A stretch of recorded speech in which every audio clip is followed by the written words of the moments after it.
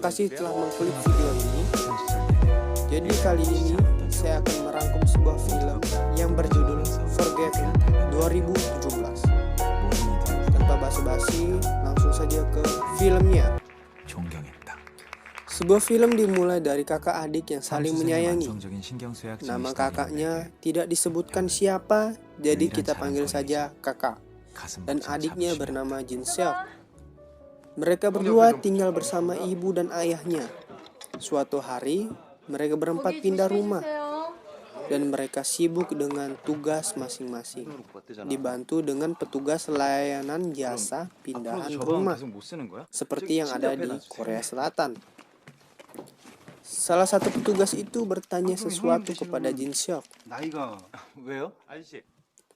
Dan di dalam rumah baru mereka terdapat sebuah kamar misterius. Dan Jin Seok selalu merasa aneh pada kamar tersebut.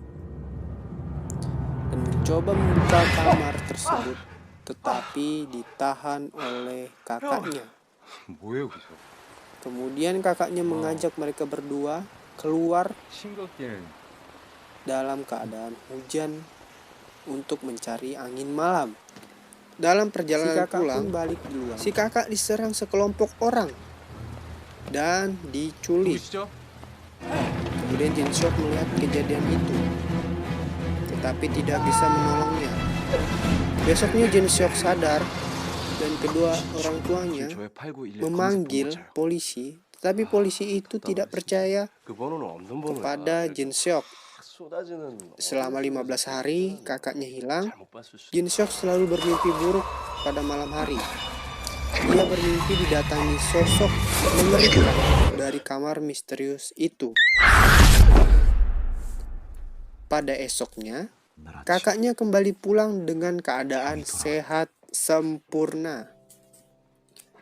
Dan malam pun tiba di mana Jin Seok belajar sampai tertidur. Kemudian kakaknya bangun untuk pergi keluar. Di mana saat keluar, ia tidak pincang sama sekali. Dan diam-diam Jin Seok bangun dan mengikuti kemana kakaknya pergi. Sampai di sebuah tempat, Jin Seok tetap mengikuti kakaknya pergi. Di mana ia melihat kakaknya tersebut bertemu dengan dua polisi.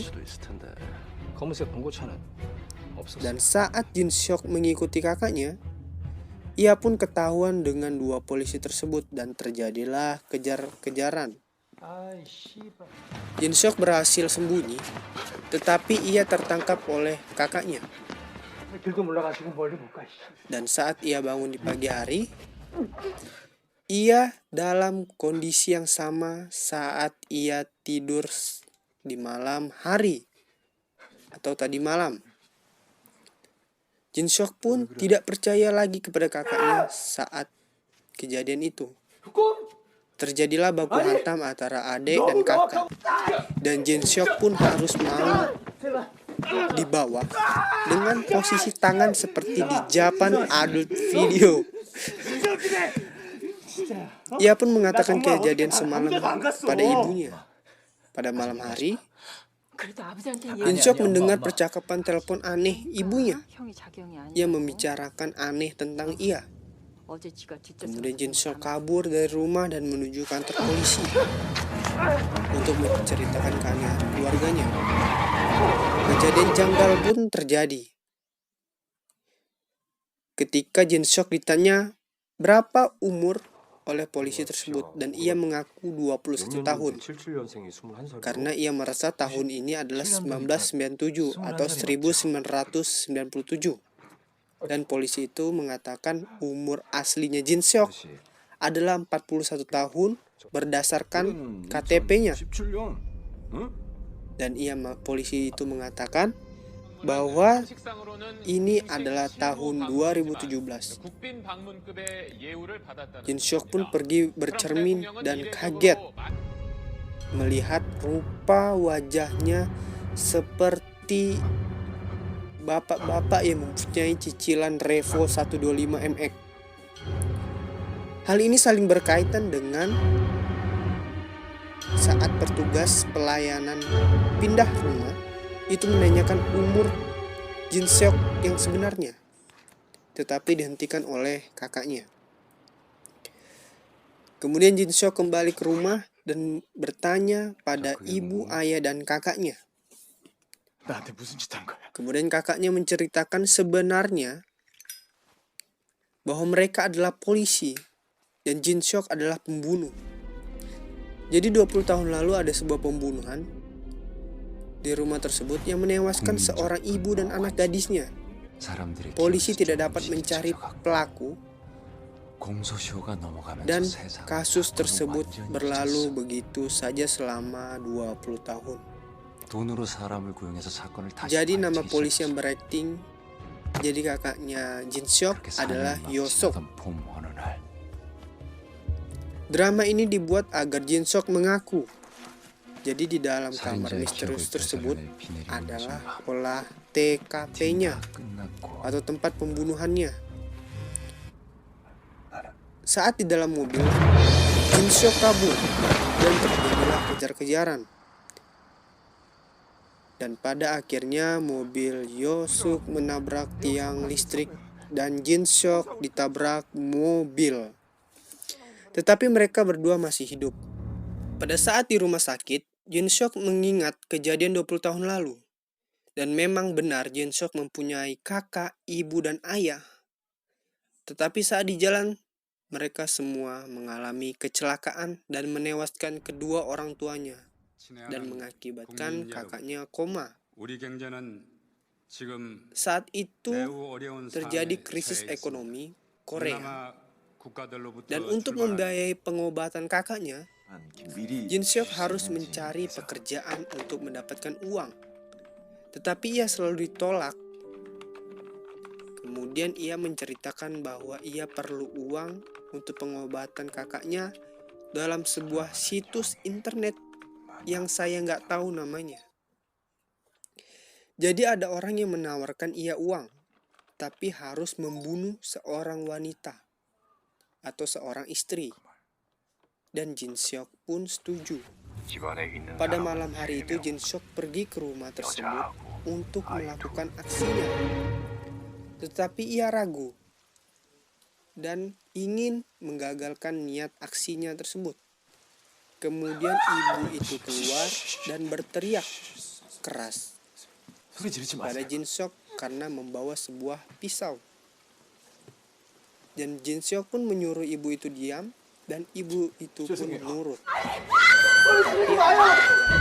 Keluar dan teriak histeris yang membuat Jin Seok mengejar dan kejadian naas pun terjadi, di mana anak gadis itu tertusuk oleh pisau yang tidak disengaja oleh Jin Seok. Kemudian ibunya berteriak dan dibunuh juga. Jadi orang yang menyuruh Jin Seok itu melakukan pembunuhan adalah dokter yang menangani kakaknya dan kepala keluarga dari keluarga tersebut atau suami ibu tersebut. Kemudian ada seorang anak balita yang keluar dari kamar untuk menanyakan ibunya kepada Jin Seok. Tetapi Jin Seok menyuruhnya ke kamar dengan mengatakan bahwa ibunya akan kembali. Setelah kejadian itu, Jin Seok menemui dokter tersebut dan dokter itu memberikan alasan mengapa ia membunuh istrinya adalah untuk sebuah asuransi atau mencairkan asuransi mereka. Tetapi ia sangat marah kepada Jin Seok karena putrinya juga terbunuh. Kemudian dokter itu mencekik Jin Seok di ujung gedung. Dan Jin Seok mengakibatkan dokter tersebut jatuh dari atas gedung. Ia jatuh, meninggal, gak jadi deh asuransinya ke dia, melainkan ke keluarganya. Kemudian, saat Jin Seok sadar, Yusuk itu memintanya mengakui atau dibunuh menggunakan suntikan cairan tersebut. Saya nggak tahu apa itu namanya, Dan yang membuat saya terkejut adalah Yusuk adalah balita dalam kejadian pembunuhan itu. Dan Yusuk sadar bahwa ayahnya adalah dalang di balik pembunuhan itu. Kemudian Yusuk itu meninggalkan Jinsuk dan pergi ke sebuah lorong. Dan Jinsuk pun turun dari tempat tidur itu untuk mengambil suntikan tadi dengan maksud ingin membunuh dirinya sendiri dengan suntikan itu. Dan pada saat suster mengecek kemana Yusuk itu jalan, suster itu terkejut melihat Yusuk telah bunuh diri, loncat dari gedung. Dan akhir film, Jinsuk pun menyuntikkan suntikan itu pada dirinya dan meninggal juga. Terima kasih telah menonton video saya sampai habis. Ucapkan terima kasih banyak. Semoga apa yang kalian lakukan dapat bermanfaat bagi kalian sendiri. The best lah. Bye-bye semuanya. I'll be right there. 'Cause baby boy, you